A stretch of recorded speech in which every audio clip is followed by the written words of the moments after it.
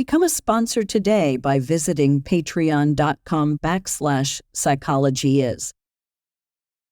There's a few things that I think I kind of want to just see if we can touch on a few things from the span of the whole book. And so the first one I thought we could start with is an explanation of the dark triad traits. Many of the explanations for the types of people and the reasons for why men engage in sexual coercion and harassment and assault often comes down to these dark triad traits. So can you explain for us what these traits are? Yeah, well, this is these obviously didn't come from me. I believe that Del Paulos at the UBC was the first or one of the first to originate identify these. So the dark triad traits are personality traits, individual difference traits that are narcissism, Machiavellianism, and psychopathy. And very briefly, narcissism is people who are high on narcissism tend to be self-absorbed. They tend to have a grandiose sense of self.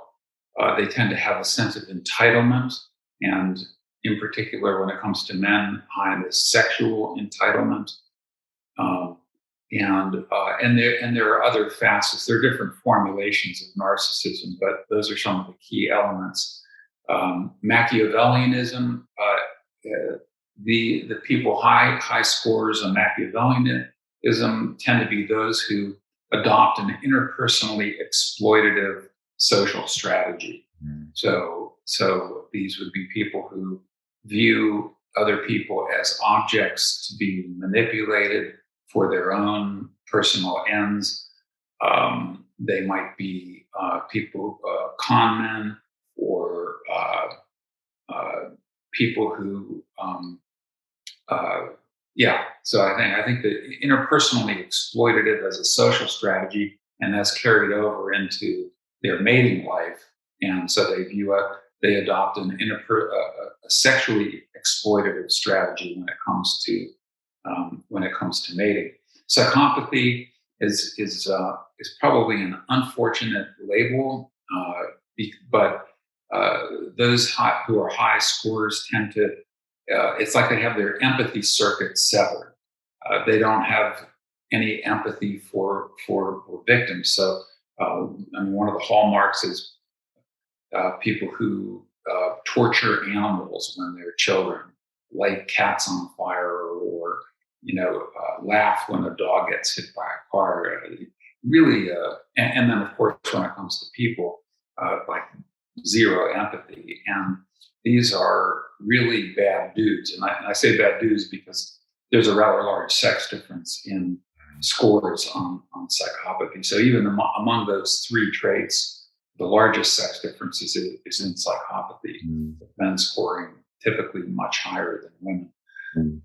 So these are individual difference variables that turn out to be, and this is one of the new things, and it's a thread that I carry through the book with intimate partner violence, stalking, sexual coercion, et cetera, that these traits, especially when combined with a short-term mating strategy, tend to be predictive of those who engage in these nastier forms of sexual violence, from sexual harassment all the way up through rape.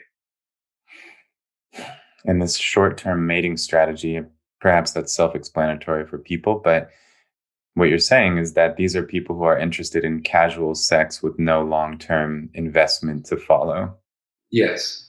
And so this is measured. There are different measures, but Steve Gangstead and Jeff Simpson originally designed the first measure of what they call sociosexual orientation, where the items kind of capture it, like sex without love is okay. I agree with that. If you're high on the short-term mating strategy, or I would have no trouble having sex with a variety of sex partners. I would like to have sex with a variety of sex partners, etc. So, and that's I consider it a personality difference. So there's no reason. Historically, it's really interesting. This is a side parenthetical comment, but in the field of personality psychology, sexuality has tended to be neglected. So even in the big taxonomies of personality, like the Big Five or the Hexago, there are no dimensions of individual differences in sexuality. And Dave Schmidt and I, former student, is now chair or head at Brunel University in the evolution and cultural program. What we found is that there are something like 7 dimensions of individual differences in the sexual sphere. And so I actually consider this dimension sort of the degree to which you pursue short-term mating versus long-term mating. I consider it a personality variable because it tends to be stable over time as much as other personality variables. Interesting.